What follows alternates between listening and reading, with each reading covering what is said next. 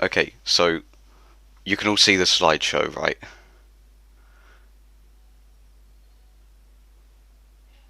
Okay, great. And it should, hold on. There we go. You should be able to see it moving. Okay, so today we're going to talk about Gaussian elimination and matrices. I don't know how long this is going to take, but hopefully not more than an hour and a half. Yeah, anyway, so first I'm going to go over Gaussian elimination. I'm going to give a bit of a background to why we do it. Actually, let me turn that on. I'm going to talk about linear equations and solving them, just the basics first. Then we'll go over how to use it, and then I'll show some examples of how to use it. Then after that, I'm going to talk about matrices, go over the basics, multiplication, determinants, and inverses. And in between, I'll sprinkle in some examples that I'll work through. Yeah. Okay, let's start on Gaussian elimination then. So it is often useful for us to solve systems of linear equations like this one. Also, you may have heard them called simultaneous equations. This one has one solution, which is this. It's pretty easy to solve. We learn it in GCSE. What is a linear equation? Well, a linear equation is one where the variables are only raised to the power of 1, and it includes constants like these. When they are plotted, they form a straight graph. So in 2D, that's a line. In 3D, it's a plane. And in higher dimensions, it's a hyperplane, which we can't visualize easily. A system of linear equations, I'm going to call them linear systems because it's easier. They can have anywhere from no solutions to an infinite number of them. This is because when we're solving them, we're actually finding the intersection point of the graphs which the equations represent. So in 2D, usually a system will have two equations, and the solution is the intersection point.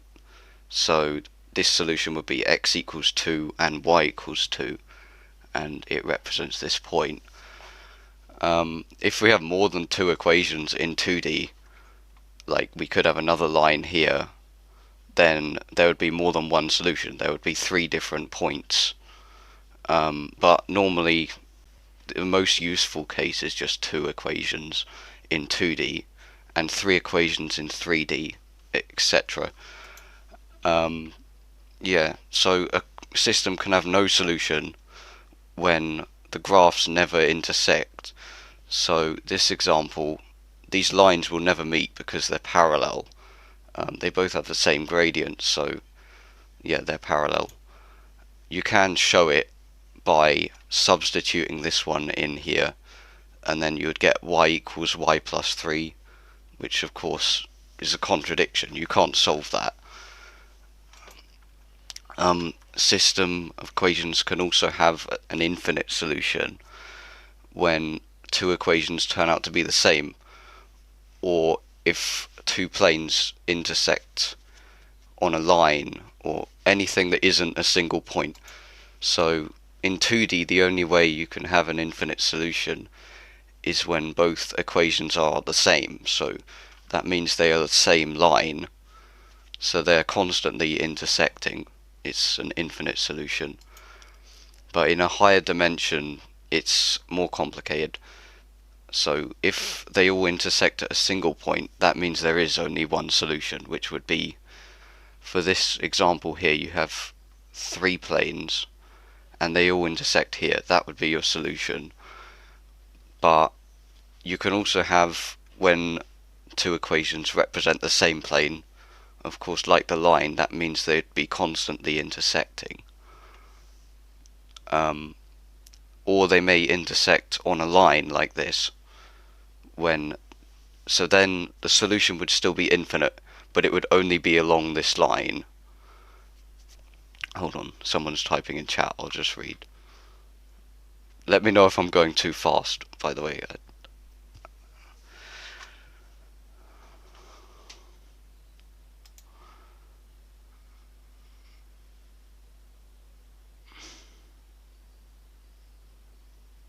if you have less unique... Oh, it is? I guess it probably is. Well, I don't know, because if you had like two equations in 3D, it seems to me like they would always meet on a line or never meet.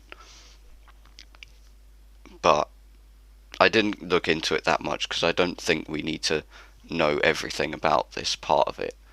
It's just good to know the background of why we solve them and how many solutions they can have.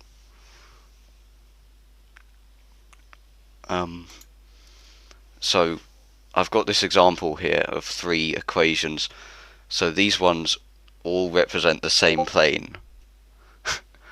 And that's because they're all multiples of each other. So these two are multiples of the first one. So this second one is just -1 times this one. And the third one is just this times -2. Yeah, that means there's an infinite solution because they're constantly intersecting.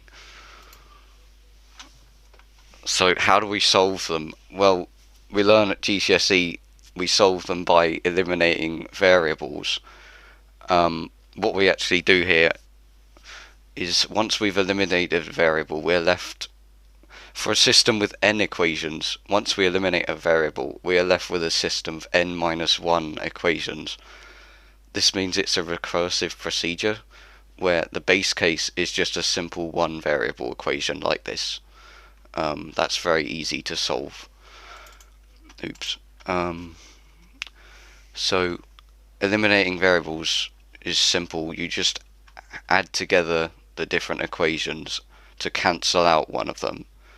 And also you might want to multiply an equation on both sides to avoid awkward fractions. So in this example we eliminate y because we have -1y here and +1y here. So when we add them we ended up with 0 y's. So now we can simply solve for x and then solve for y. It's easy. But when you go higher than 2D it gets very complicated. So we use algorithms like Gaussian elimination to get computers to do it for us. Oh, I can see someone typing in chat again. Let me just read that. Maybe not. So Gaussian elimination is a way of solving linear systems with matrices, and using matrices means we can easily scale it to higher dimensions, and it's easy to program. So in case you don't know what a matrix is, it's basically just a 2D array of numbers. And we can represent linear systems using matrices. So if we have n equations, then the coefficients of the variables become elements of an n by n matrix. So in this system you have 2 minus 1 in this top row, so they go in the top row of the matrix, and down here you have 1x plus 1y, so that's 1 1 on the bottom row. And then you multiply the matrix by a vector which contains your variables. This is just the unknown intersection point which you're trying to find, and then the constants go in another vector on the other side of the equals sign. Later on when I cover matrix multiplication I'll show you why this works.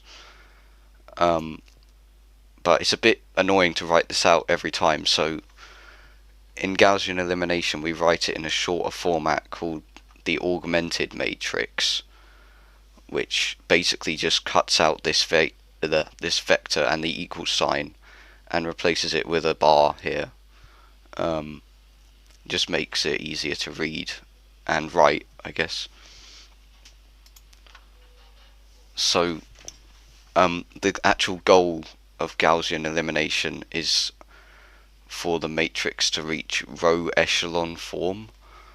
This is a form of the matrix where each row contains only zeros except for the diagonal element, which is, I'm calling that the element along this diagonal. we don't care what these values on the right are, because eventually the idea is that they gradually transform into our solutions as the algorithm runs. So yeah, basically, in the idea of row echelon form is if we multiply out the matrix equation, we are left with simple one variable equations to solve. So this is an example. So this matrix is in row echelon form. I'll read that in a second. This is in row echelon form, and we can convert it back to a matrix equation, then multiply this out. I'll go through how to do that later, but what we get is that it's easy to see. You've got 1x equals 3, and you've got 0 y's and 0 z's, so it's just a simple equation. And then you've got 3y to 21, and so on, so you can easily solve for each variable. So that's how row echelon form is useful to us. Let me just read this question.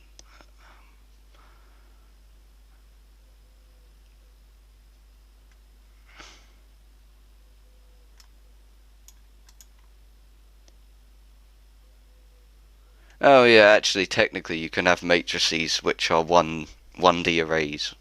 Of course, like this vector is technically a matrix. It's a 3 by 1 matrix. Or yes, single number is just a 1 by 1 matrix. So that wasn't entirely right to call them 2D arrays, I guess. But for most purposes they are basically like that. Okay, I'll move on in a sec. Okay. Sorry. Okay, so when we do Gaussian elimination, we are allowed to multiply. Sorry, I just had a drink and I'm dying. Oh, I'll talk about row echelon form a bit more then. Wait. Oh, the augmented matrix is just an easier way to write it. So, this is also in row echelon form. It's just expanded out so that we can see the multiplication of the matrices, which leads to these equations. One other thing, it doesn't matter what these values are. Some people, I tried to find it online. Some people say that these have to be 1.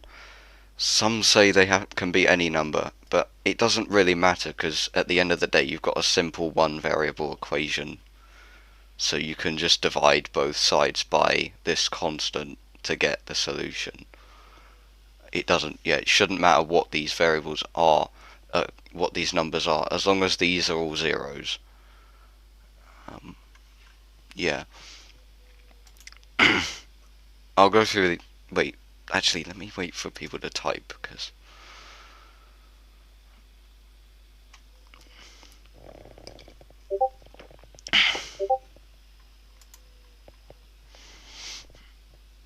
unit matrix.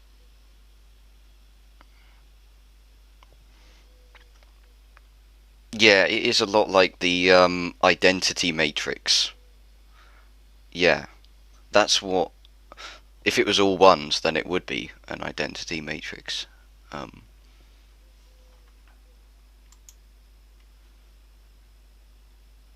Right to left. Oh, I don't know. I think the only way I've ever seen it is this way, going top left to bottom right. But like technically that could work because you would have like, this would be for Z, this would be for Y, and this would be for X. So it's just normally we do it this way. I think. Yeah. I'm gonna go through how to use the algorithm now. So we're allowed to do 3 things. in Gaussian elimination, we're allowed to multiply an entire row by a number, like any number, but we have to multiply the whole row. We're allowed to add and subtract rows from one another, so I could add this row onto this row. So I would do 3 plus 1, 4 plus 1. I would just add each pair, basically. And you can also switch around the order of the rows. I don't normally do this, but it might be useful to you to make it easier to see what to do.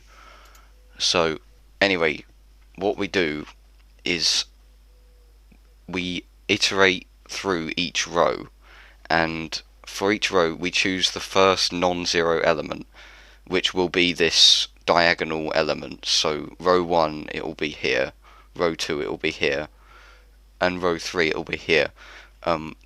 Anyway, so let's start on row 1. We would choose this one, then we call it the pivot, and basically we want to turn every... Actually, we would actually start here on this one.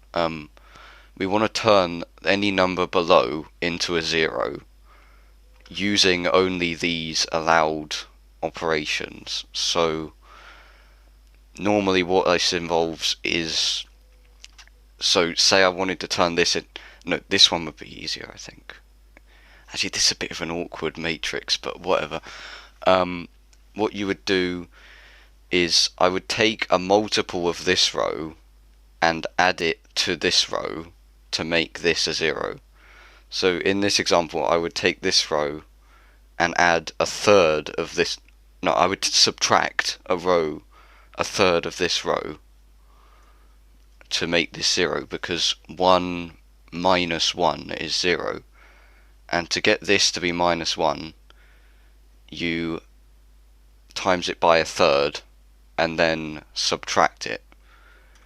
It's a bit weird, but when we do an example, you'll see what I mean.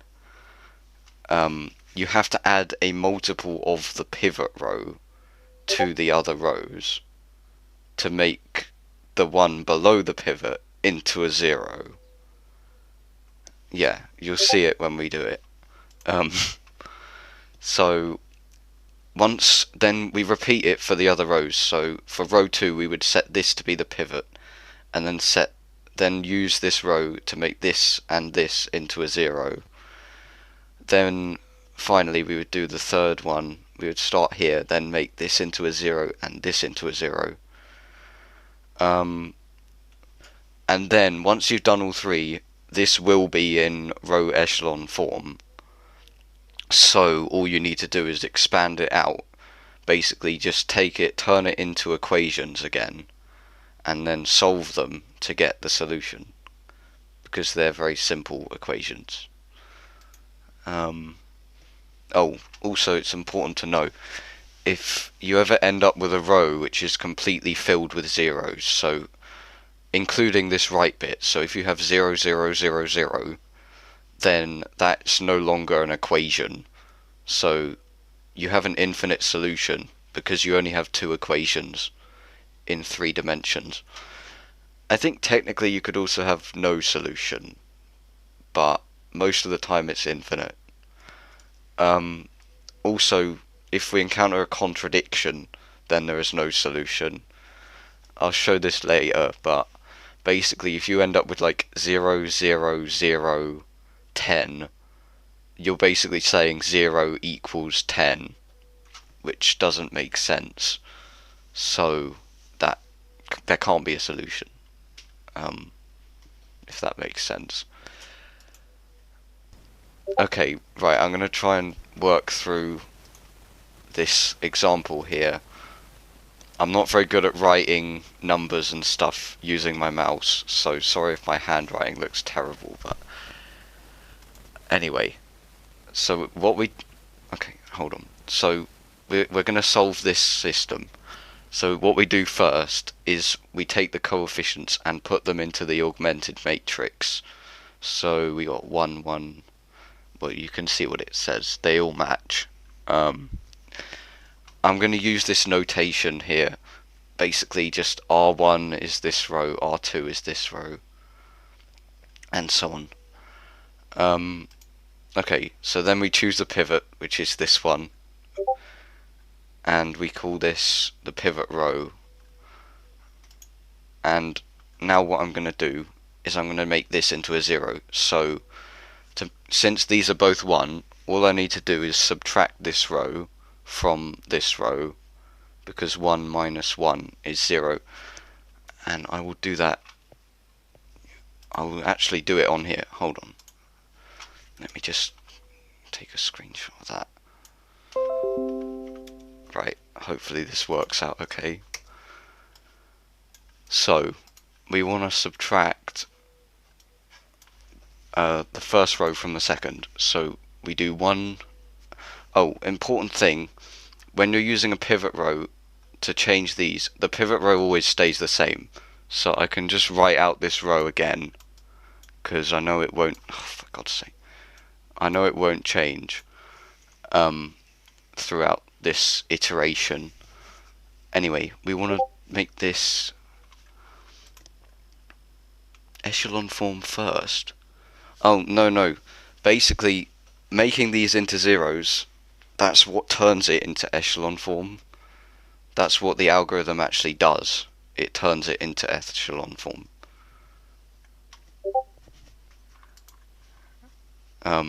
Yeah. Anyway, so I'm going to subtract. You want to probably write down, when you're writing your workings, you probably want to write down what you're doing. So I'm going to write R2 minus R1.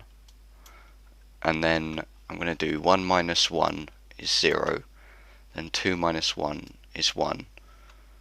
This would be minus 2 minus minus 1. It gets a bit confusing sometimes.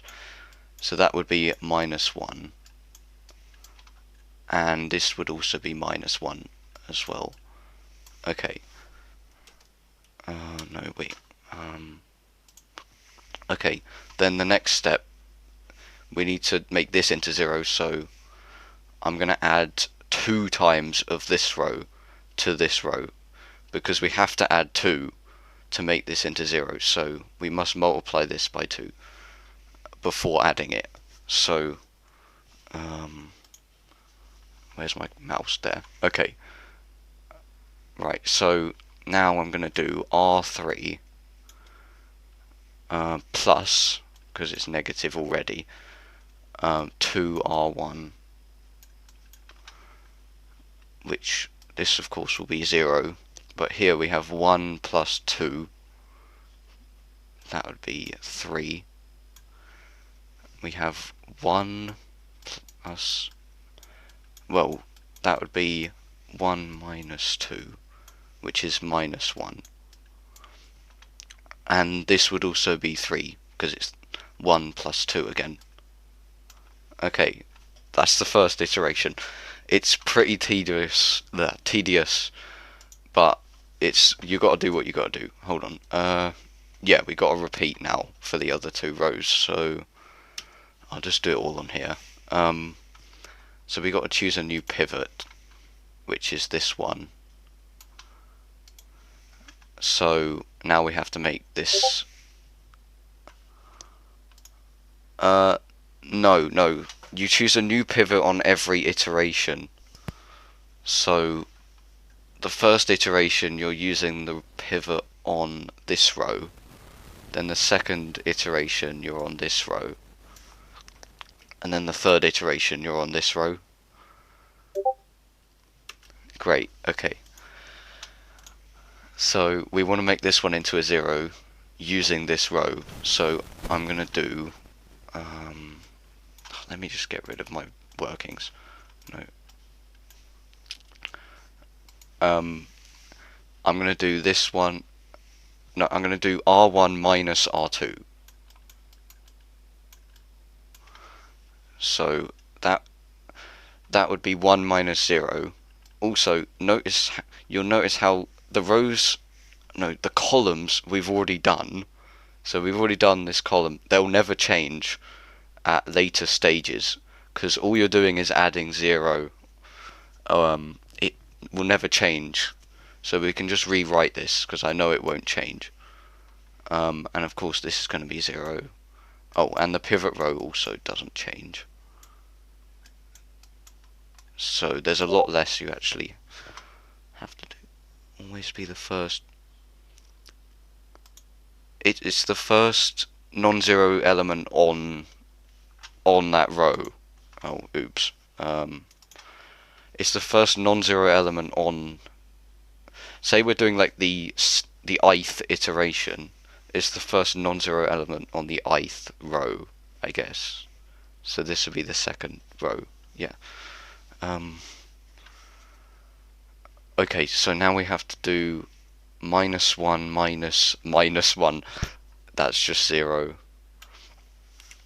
Then do 1 minus -1, which is also, no, which is 2. Sorry. Okay, then we've done the top row, so now we have to turn this into a 0. So we do that by doing R3. We have to take away 3 times this row, because we want to take away 3. Yeah, 3 minus 3 is 0. Okay, so that will be the same. Yeah, this will be 0.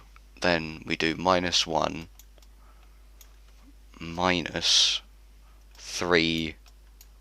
Okay, so -1 minus -3, which is 2. And then this one here, 3 minus 3 minus 1 will be, it gets a bit confusing with signs, that would be 6. Okay, and now that these two are both zeros, we've done the second iteration. So I'll just delete these. Okay, now onto the third. So the third pivot will be this one, because it's the first non-zero element in this row. And we want to turn these into zeros. Luckily this one is already 0, but we must make this -1 into a 0 as well. So what I'm going to do, because we know that the columns we've already done won't change, I'm just going to write them out again. And this 0 is already 0, so that's okay. And this is the pivot row, so I can just rewrite it. Okay. Right, now we've got to do this row. Yeah, we have to add half of R3, because we want to add 1, but this is 2, so we have to half it to get 1. So we want to do R2 plus half R3. Or technically what you can do is divide this whole row by 2, but it doesn't really matter. I'm just going to do it this way. So we have -1 plus 1. Yeah, that's going to be 0. And then -1 plus half of 6, which is -1 plus 3, which is 2. And I'm pretty sure this row stays the same. Yeah, I forgot to write that too. Okay. And that is the final. So now we're in row echelon form, because we have all zeros here and here. Only the diagonals have values that aren't 0. So now we can take this and turn it into equations. So the left one will always be the coefficient of x. So we have 1x is 2. Then this will always be for y, which is also 2. And then this one is for z. So we have 2z is 6, which means z is 3. Okay, and that's the solution. So yeah, okay, we did it correctly, because that's the one I wrote down, and that's the right solution. Great. Does everyone get that? Or should I go through another example? Because I might not go through this one because it just takes a while. I don't know. Does anyone want to go through it? Or...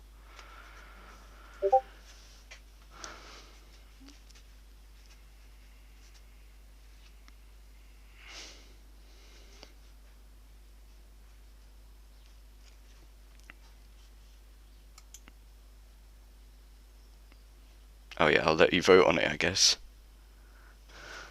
Yes, okay, I explained it well. I don't want to accidentally show the answer. But...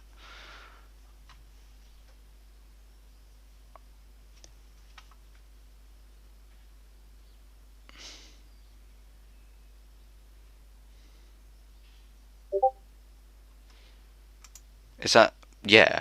Oh, yes to skip. Okay, okay. Yeah, because there's some more interesting ones. And I guess I'll just upload the slides so you could do it yourself for practice. Hopefully you didn't just see what the answer was. Anyway, this I'm going to talk about what happens when we have an infinite solution and what happens when we have no solution. I don't know if it's the same every single time, but anyway, so for this one has an infinite solution, so we're going to try doing Gaussian elimination on it. So first of all, I'm going to write out the augmented matrix, then select the pivot. It'll always be the top left one first. So then we want to make this into a 0. Was I meant to? No, I'm not going to draw it all out like I did before. So -1 plus 1, that's 0. That'll be 1. That'll be 3. And that'll be 2. And then, hold on, let me write this out. How did you get the pen on? Yeah, wait, no, yeah, so 0, 1, 3, 2, yeah.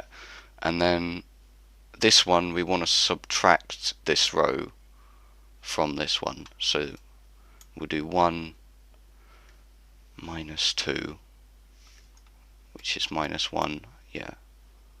That would be -3. 10 minus 8 is 2. Okay. Yeah, which is... Okay, did I do it wrong?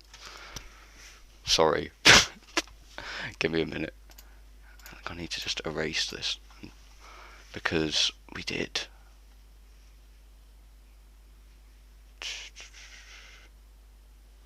Why is that? Hold on.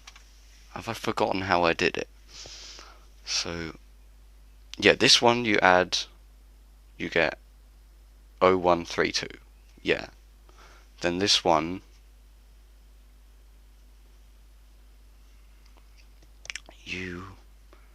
hold on, how did I end up getting that then? I'm sorry about this. I wrote my workings in my book, so let me just have a look at what I did.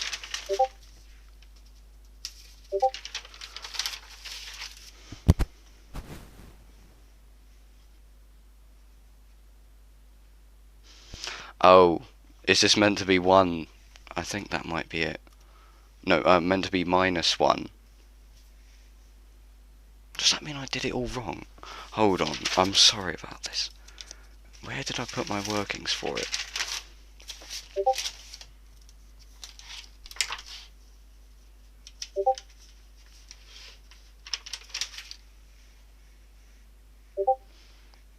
Yeah, you know what? That is completely right. I wrote out the augmented matrix wrong. Didn't I? I'm so sorry about that. This is meant to be 1, 3, 4, 10. You know what? This whole slide is invalidated then. I'm so sorry. But basically, what ended up happening is that all the elements were 0. Once you did it all... Yeah, that doesn't work, does it? I don't know what I was thinking. But yeah, all the elements turned out to be 0, so it was an infinite solution. But I'm not entirely sure if that's... I'm not really sure if that's a rule we can use on every set of equations. Hold on. Yeah, let's go through what I wrote anyway. Because what I ended up with is this. I think this is wrong. But I chose this pivot, and then basically what happens is, to make this a 0, you have to subtract this row from this one. But because they're the same, you just end up with all zeros. Because it's like doing x minus x, so you just get 0. And this could happen, I'm pretty sure, if two equations happen to be the same. But in this case, I did it. Well, this is wrong, but I'm sure it could happen if you did it right. But for a separate set of equations, I don't know why I did that wrong. That's weird.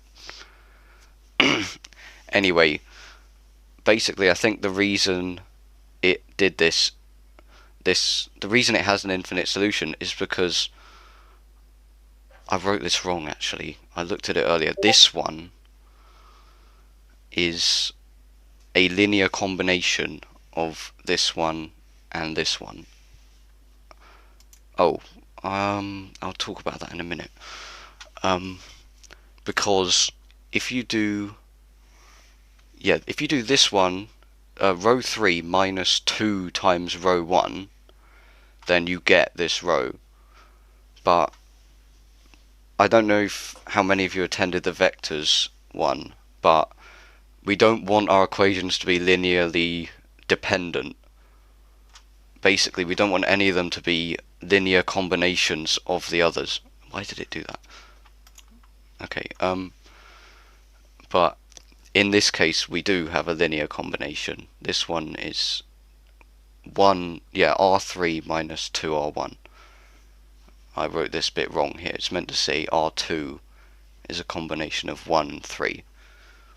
Anyway, how do we derive the line of solutions? I'm pretty sure that's beyond the scope of what we're expected to do. I didn't find anything about it in the slides. I think it is beyond what we're meant to know. But I think we are meant to know that it's possible to have an infinite solution. I think if you end up with an infinite solution, I think you just say infinite solution as your answer. I think that's what they expect us to do. I guess anyone can correct me if I'm wrong, but I didn't find anything about specific lines in 3D in the slides or anything.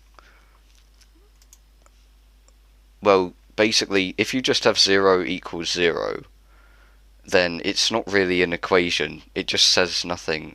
So you might as well only have two equations, which is this one, this row and this row, in 3 dimensions. Which, I mean, we can see these as, it's like having 2 planes in 3D. But you can't have 2 planes intersecting at one point, because they go on forever, basically. You can't have them intersecting at one point, so there has to either be no solution or an infinite solution. Not entirely sure how to tell if it's no solution or infinite. But I'm pretty sure most of the time they're going to give us equations with solutions. It should be pretty obvious if it's infinite or no solution. I think. I do have an example of what happens when there's no solution. This one's a bit easier because it's only in 2D. Normally we wouldn't do Gaussian elimination 2D, but it's just easier to see it here. So I'm going to form the augmented matrix by putting the coefficients in, and select the first pivot. So now we want to cancel out this minus 12. So I'm going to do Oh, no, I don't want to turn that off. I wanted to turn, yeah. I want to add multiples of this row to make this a 0. So I'm going to add 4 times this row. So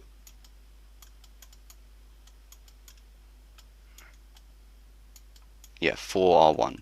So that would end up being 0. That will be 8 minus 8, which is also 0.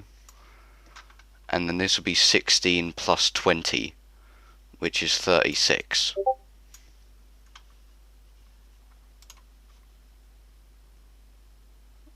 Ah, okay. Good, thanks for finding a video. I didn't go that much into the whole infinite solution thing, so I didn't research any videos. I just looked at websites, really. And what was in the slides for our course, of course. Yeah, okay, so that's what we got for that row. And if I just get rid of it. No, I didn't want to write that. There we go. Yeah, that's what you end up with for that row. And that's the first iteration done, because we have a 0 underneath this pivot. But the thing is, there's actually a contradiction in this matrix, because this row says that 0 equals 36, which is impossible. So there can't be a solution to this set of equations. And I'm sure if you were to plot this out on a graph, these lines would never intersect. I haven't actually plotted them, but if you were to do it, then they wouldn't. And that's why there's no solution. Okay, is everything okay about Gaussian elimination? Because that's all I have for it.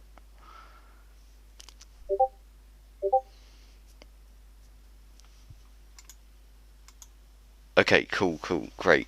Right, I'm going to talk about matrices now. I'm going to start off with the very basics again. So, okay, I called it a 2D array of numbers, but of course it could be 1 by 1 or 1 by n. Could be like a 1D list, but usually it's a 2D array like this. So each number in a matrix, we call it an element. And if a matrix has size m by n, we say that means it's got m rows.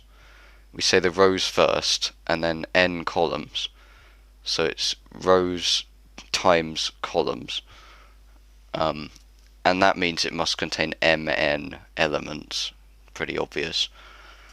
So formally, you can index a specific element at row I and column j using this notation of A sub. If the matrix is called A, then you do A sub ij. That means the element at row I and column j. Anyway, there's some basic operations we can use. So you can check if two matrices are equal if all their elements are the same and in the same positions. That's pretty obvious. And you can add matrices together, but only if they are exactly the same size. And what it means is you just add the corresponding elements of each one. So if you were adding like two 2x2 matrices, you would add the top left one to the top left one, and so on. It's quite obvious. But it is good to know that addition is commutative and associative formally, yeah. Also, you can multiply a matrix by a scalar, call it k. It's just the same as a vector, really. You just multiply each element by k. And this is distributive with addition, so if you have a bracket like this, then it would expand to this. The reason I'm talking about formal definitions is because it can be shown that the set of all matrices of a given size, so if we fix this size, then if we consider the set of all matrices of that size, then it is actually a vector space, because all these operations here have formal definitions. But I'm not going to go into that any further. It was just in the slides, so I think we might have to know it. Anyway, here are some basic types of matrix. So you've got a zero matrix. That's easy. It's just got all zeros in it. An identity matrix is where it's got all zeros except the diagonal going from top left to bottom right. All those elements are 1. And only square matrices have these. You can't have an identity matrix which is like a rectangle or something. You've got upper triangular matrices. This is where all elements below this diagonal are 0, but anything above and including the diagonal could be anything. We don't care what these are. And lower triangular is just like upper triangular, but flipped, really. We don't care what's on the diagonal or below it, but above the diagonal must be 0. I don't think there's anything special about these ones that we have to know. I did watch a video about Gaussian elimination where they used this form, but row echelon form is just better. So I think I think we just have to know that they exist, really. But yeah, if you have an upper or lower triangular, it's pretty obvious. It makes Gaussian elimination a lot easier, basically, because you've got a ton of zeros that just are already there for you. And I guess, yeah, you can derive a solution without even using Gaussian elimination. Yeah. Um, if, but that's not really something.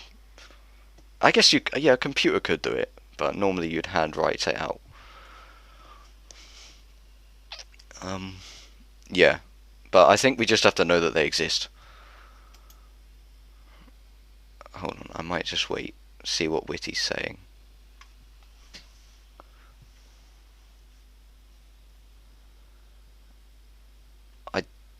Yeah, I think we are allowed scientific calculators, yeah. I don't know about, like, graphing calculators, but you're definitely allowed scientific ones.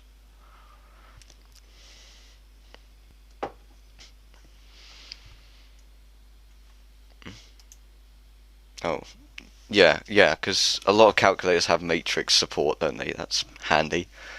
I'm going to go into multiplication now, because this is really important. So, basically, you can multiply two matrices together to give a new matrix. And how it works is you go through each row of the first matrix and the columns of the second matrix, and you basically perform a dot product, like in this diagram. So you get this row. Basically, it's better to show it in a diagram. Let me draw it out. Because you've got, let's just say we've got like 1, 2, 3, 4.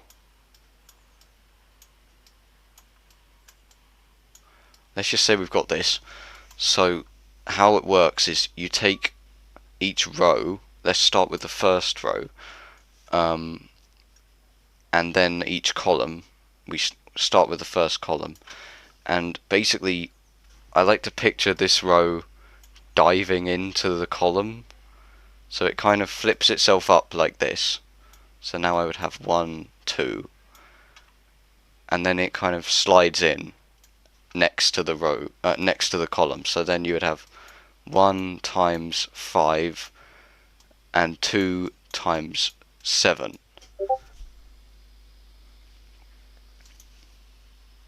Yeah, I'll just like that.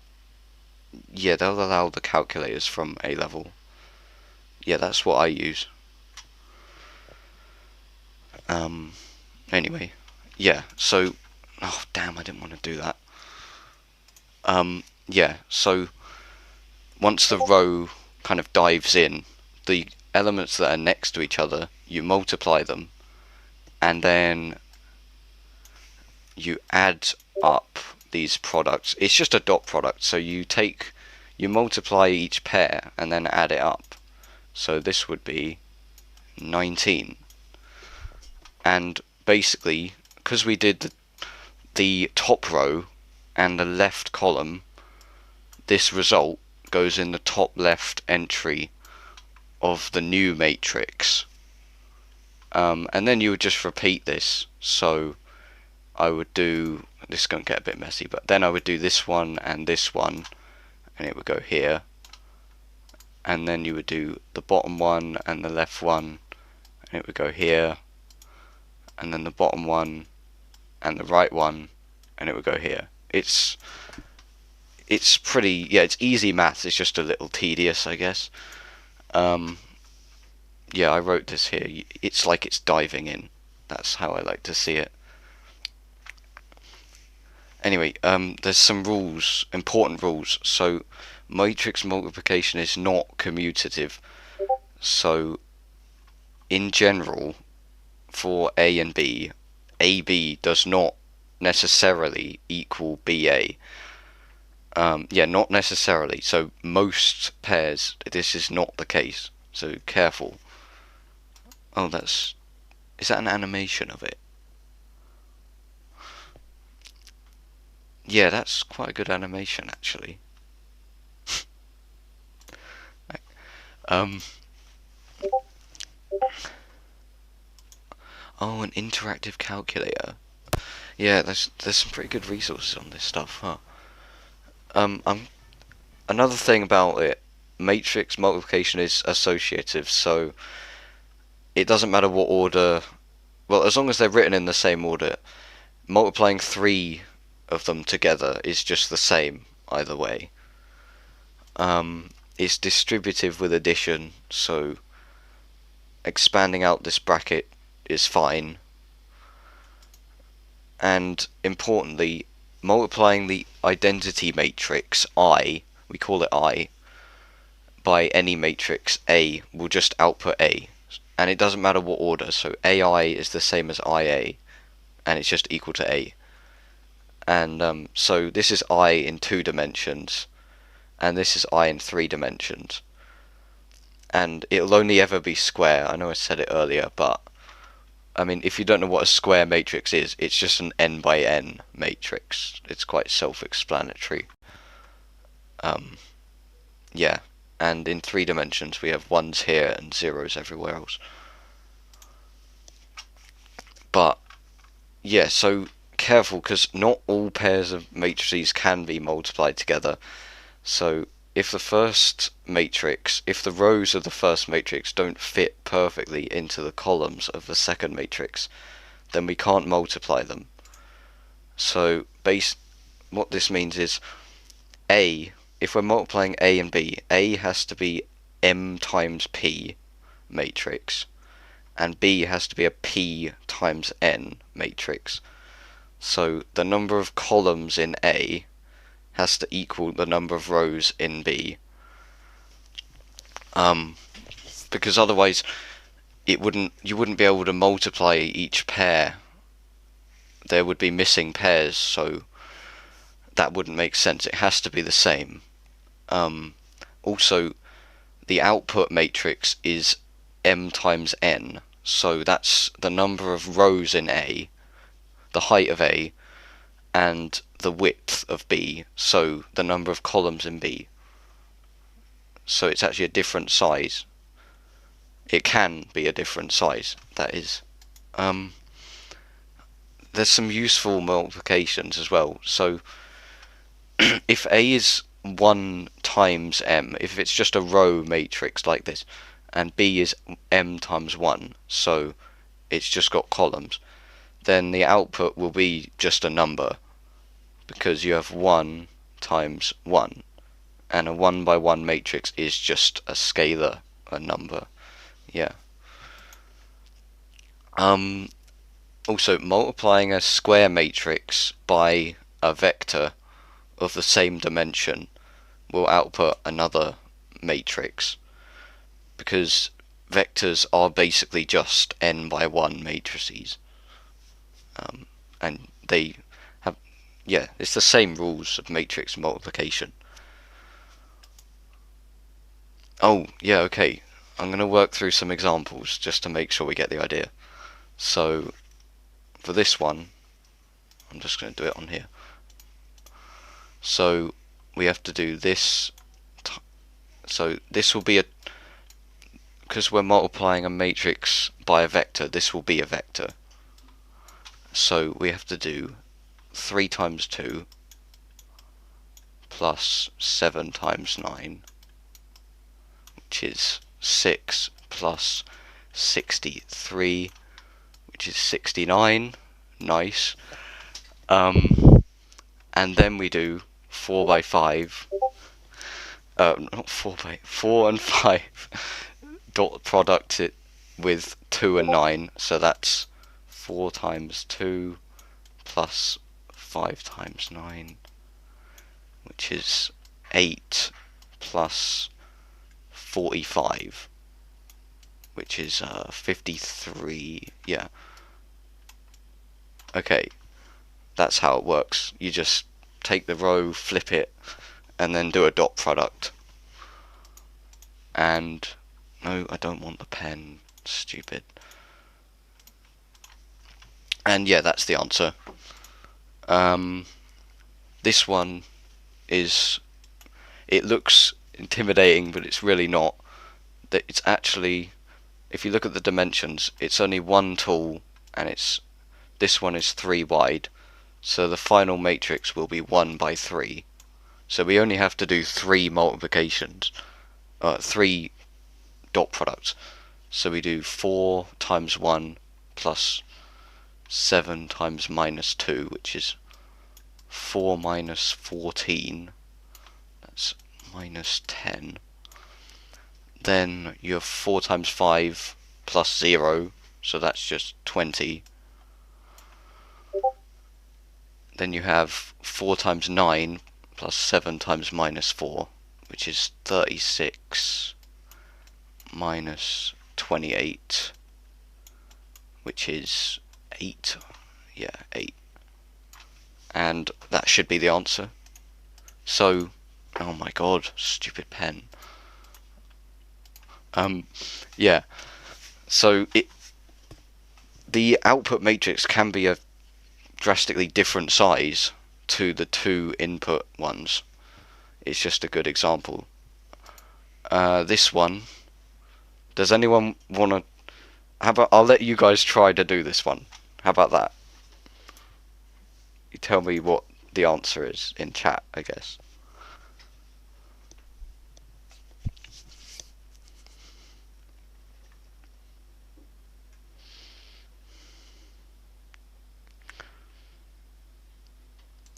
Yeah, it's not actually possible to multiply these because this doesn't fit. It's 3 tall, so what would we multiply minus 5 with? It doesn't work, so we can't multiply. Yeah, as I wrote there. How do I get rid of, oh well, I'll just leave it here. Yeah, you would be able to do it the other way around, because there's 2 columns here and 2 rows. That would output a 2, yeah, another 2 by 3, because we have 2 rows and 3 columns here. Okay, one more, just one more. I know we probably get this by now, but I wanted to show off this equation thing, because it's quite good to know why this works, because this is how the equations are set up. So basically, we dot product this row with these. You would get 4 times x plus 7 times y minus 5 times z. Yeah, and I'm not going to do it for every row, but basically the coefficient just goes to the top. This left one goes to the top, this one always goes to the middle, and this one goes to the bottom. and you end up with a set of equations, linear equations as well. And that's how matrix equations work. That's why they work, because of matrix multiplication. And then you can just set this vector equal to a constant vector, and that will form the equation that you want to solve. It's neat, I think. Anyway, I'm going to talk about matrix transposes now. So the transpose of a matrix simply swaps around the rows and columns. We usually use it on square matrices, but it can also be done on non-square ones as well. So the notation is that for a matrix A, its transpose is A to the power of t, basically. So here's the first example. You basically just reflect it along this diagonal. So this 7, which was here, is now up here. It's moved, it's kind of jumped over the diagonal. It's all been flipped. So these have been swapped, these have been swapped. That's how it works. It's good to know you can actually change the size of a matrix by doing this. So if it's not square, if I'm rotating around this diagonal, then it will actually rotate the matrix. So instead of being 3 by 2, it's now 2 by 3. That's good to know. But I think an interesting use for this is about the dot product, because you can transpose a vector, a column vector, to turn it into a row vector, like this. And then if you treat these both as matrices and multiply them, it is the same as performing the dot product. What is going on in chat right now? Yeah, so you would have this one dive into here, and so you would get a 3 plus 4 plus 3, which is 10, and that's equal to the dot product. What's going on? Am I boring you? I'm sorry, I just think this is quite interesting. Okay, and that is why sometimes they write the dot product as the transpose of a vector times another vector. They like to do this in AI for some reason, and it annoys me because I prefer this notation. But in case you hadn't figured it out, that's why they do this. Yeah, and we treat them like matrices here, not like vectors, which is, yeah, okay.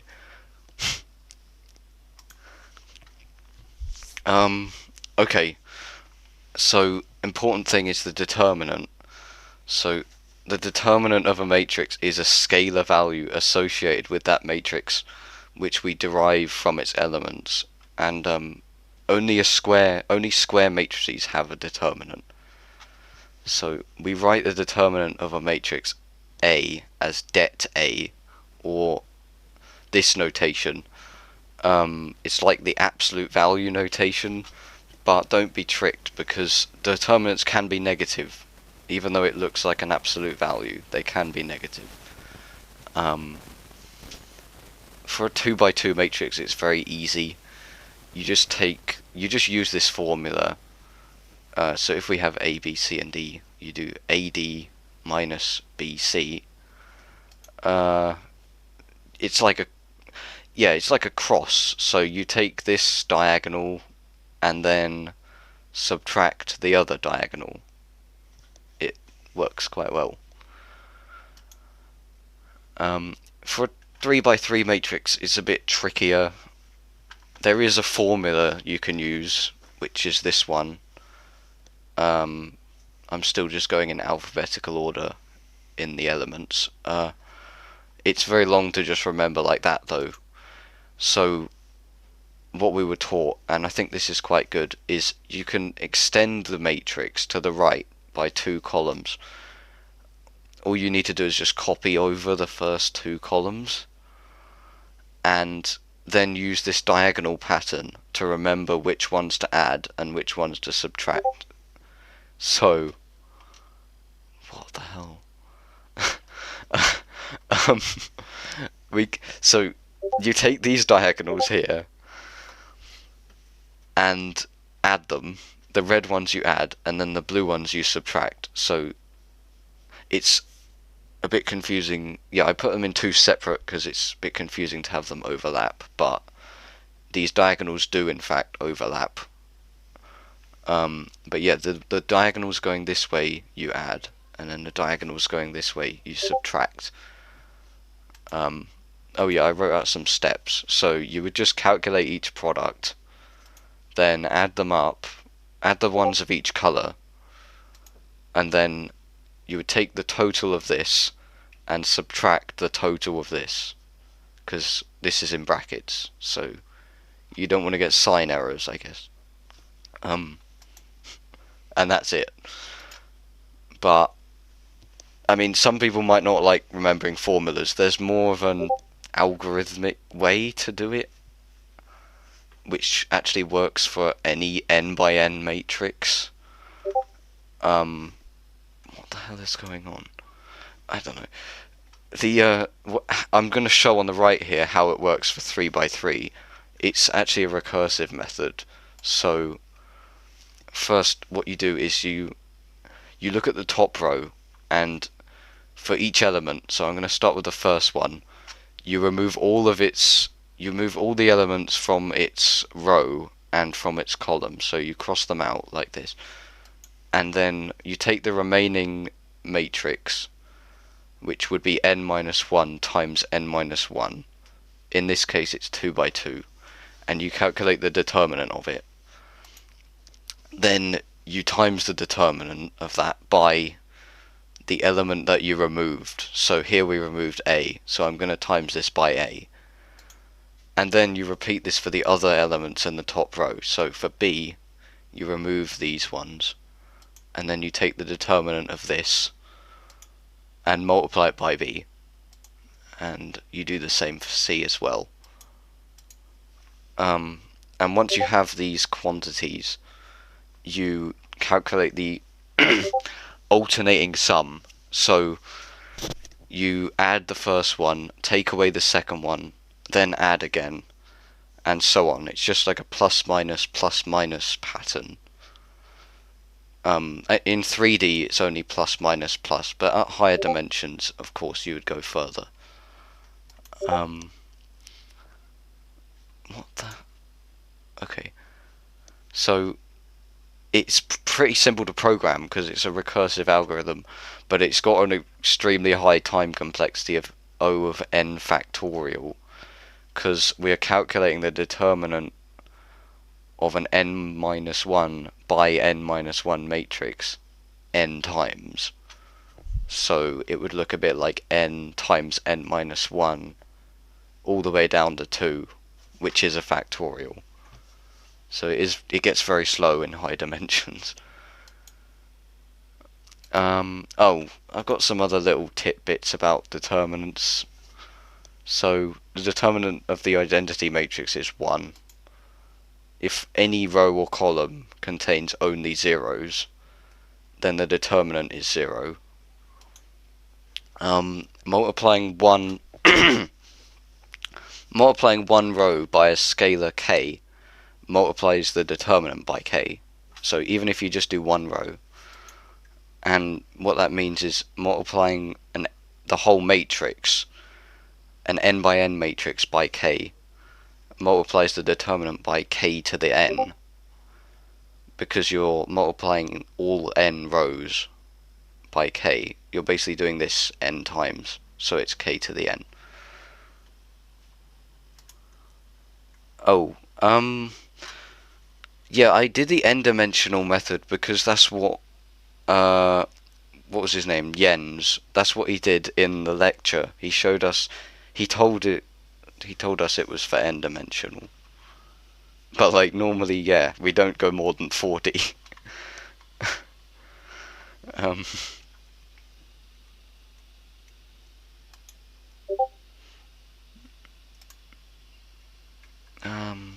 Oh, there's a message from him, yeah. 4. Damn, my brother's calling me. No, I can't. Never mind. Okay, so if we add together the different rows of a matrix, then it won't change the determinant either, which is kind of useful for Gaussian elimination, but it's just a fact.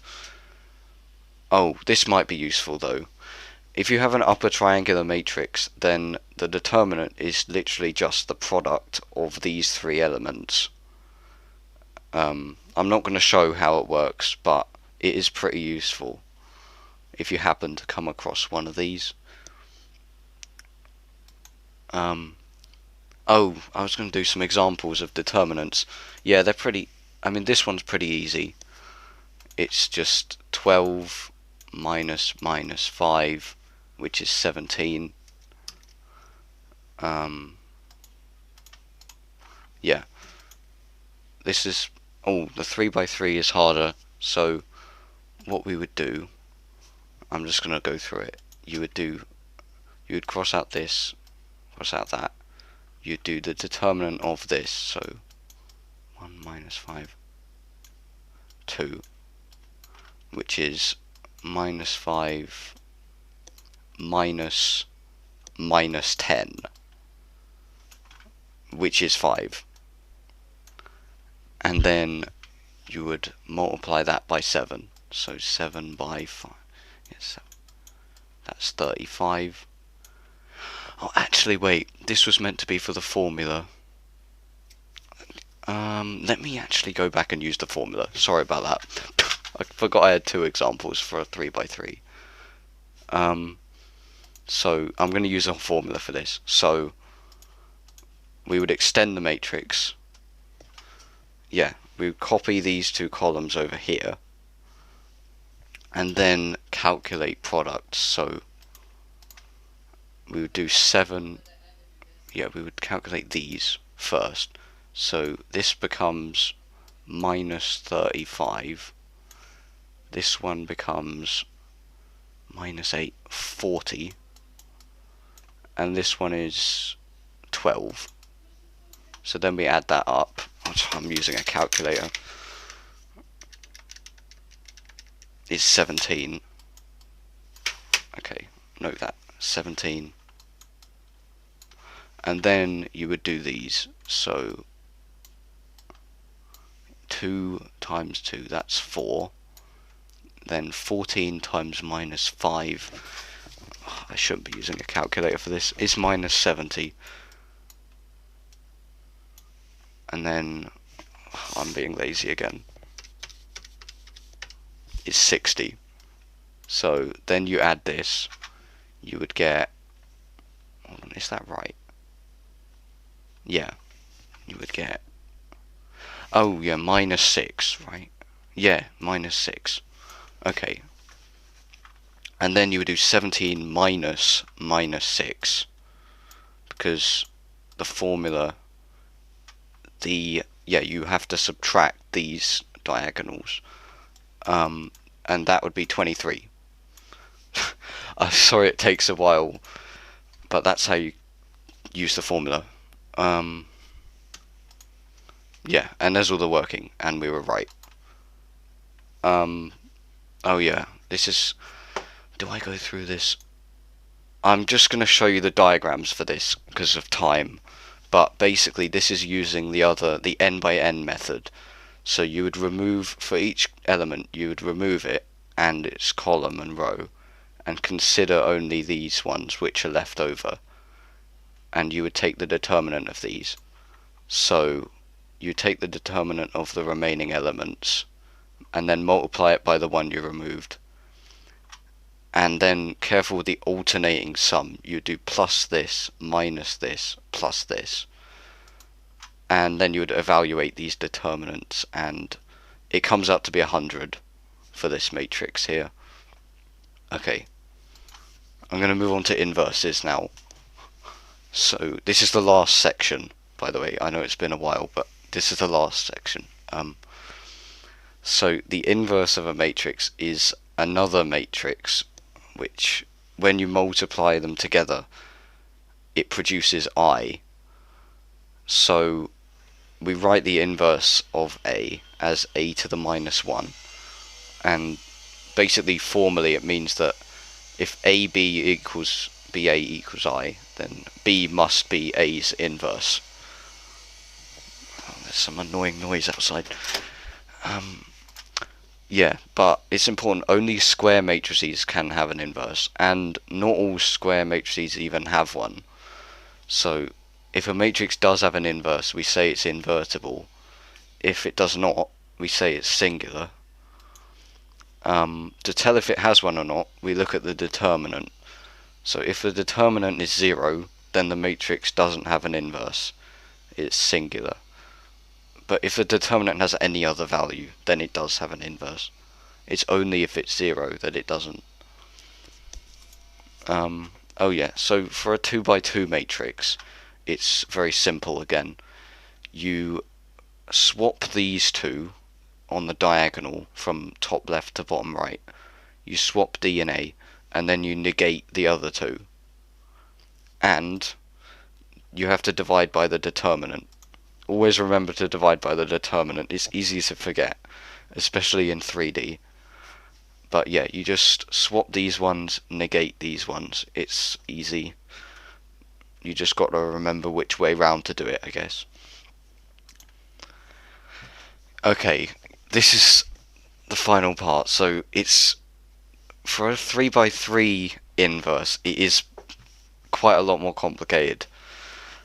So let's say we want to calculate the inverse of this. Wait, I wrote determinant.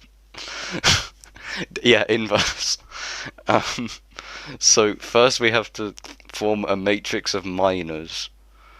Let's call it M, and each element of M is the minor of a corresponding element in A. So what a minor is when we take away sorry, that's what is a minor? Yeah, not that kind of minor. It's you take away that element and its row and its column, and then you calculate the determinant of the remaining matrix. It's the same thing that we do when we calculate the determinant, but we don't multiply by this element. We only use the determinant. You don't multiply by this one like we do with the determinant. So yeah, we repeat this for every element. It's tedious, but it's what you've got to do. And eventually you end up with a matrix of minors. So this would be the minor of A, minor of B, and so on. Yeah, I'll call it M. I don't know if that's standard, but that's what I'm calling it. So once we have M, we have to negate every other element. I like to use this pattern here to do that. So basically these ones which aren't in the corners, they're the ones we have to negate, and also not the one in the middle. And once we've done this, like, yes, that is so right. This forms the cofactor matrix, which we call C.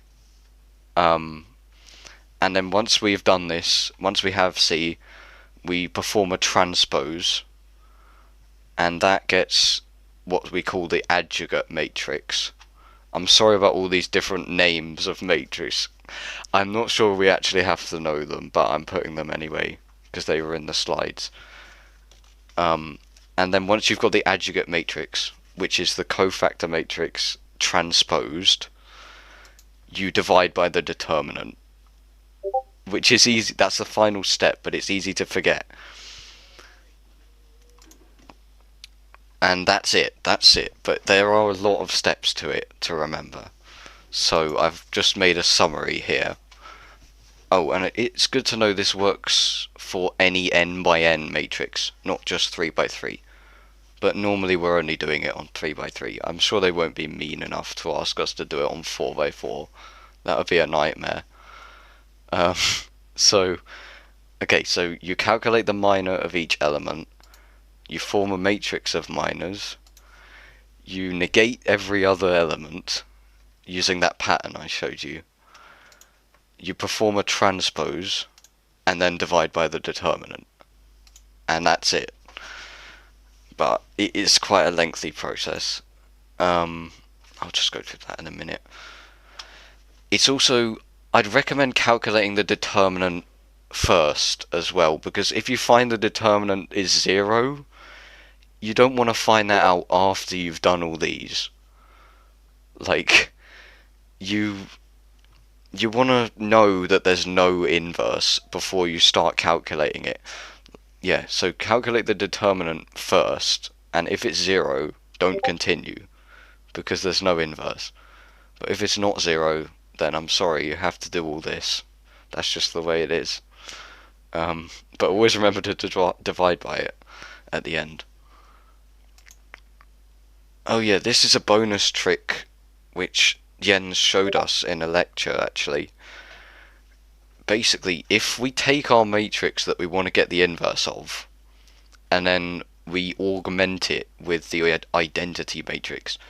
So basically we just put a line here, put an identity matrix here on the right, and then we use Gaussian elimination on this. Then the left side, if we perform Gaussian elimination until the matrix looks like this, until we have an identity matrix on this side. Importantly, these have to be 1s this time. Then we get the inverse on this side. So that probably takes just about as long as this method, to be honest. I'm not sure whether they'll tell us to use a specific method in the exam. You can probably just do it whatever way you want. But using Gaussian elimination is one way to do it. I'm not going to talk about that. Oh yeah, I've got some examples of it as well. Yeah, there's a lot of matrices stuff. So this one is easy because it's 2 by 2. We calculate the determinant, which is, oh, we already did this. Yeah, it's 17. Then you have 1/17 because we divide by the determinant of, and then we swap these two and negate the other two. And that's it. That is the inverse. You can technically write the fractions in here, but that's really messy. I like to write it with the fraction on the outside. I think it looks cleaner. Yeah. Okay, does anyone want to try and calculate the inverse of this one then? Like, anyone in chat want to try it?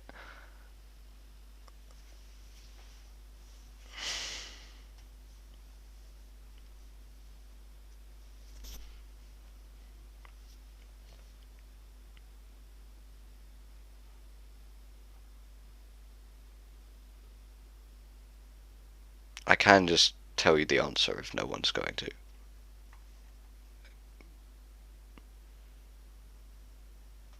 Okay, okay.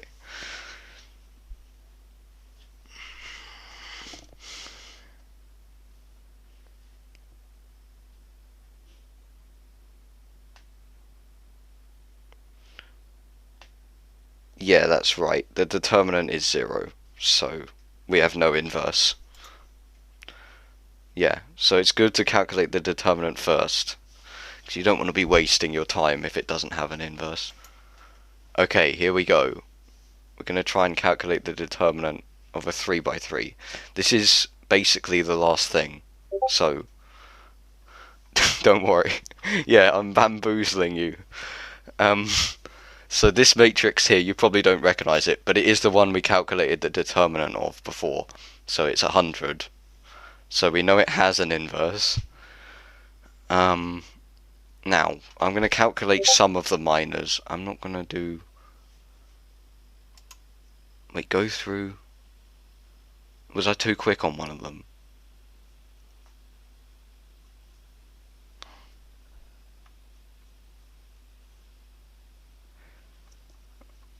Okay, wait, so do you want me to go through the steps again, or to work through this one completely? Okay, I'll work. Okay, do you want me to do all 9 of the minors? Or just skip once I've done like 3 of them? Because it does take a while.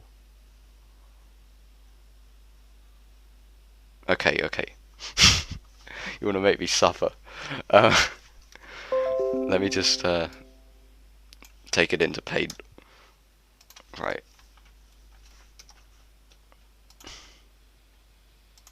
Now, it is better to see the actual process of doing it, though. I get what you mean. I don't really... No, it's fine. Okay, so we need to calculate the minors. So, first of all, we've got this one, which is... Yeah, we've got -4... I'm not going to write it all out. So we've got -4 and -6. That's 24. And then we take away the other diagonal, which is -21, which is 45. We multiply this by 1, is just 45. Okay. Have I got an eraser? Then we have these two. I'll just write it out because it's a bit clearer that way.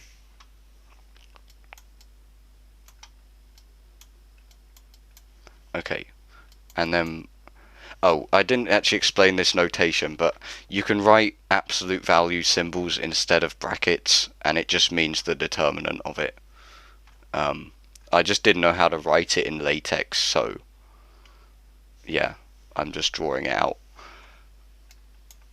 So in this one we have -6 minus -7, which is 1. That is for the top middle. I'll just move it up there. Okay.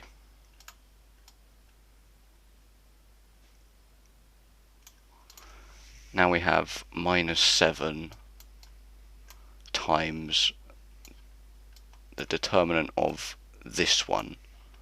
So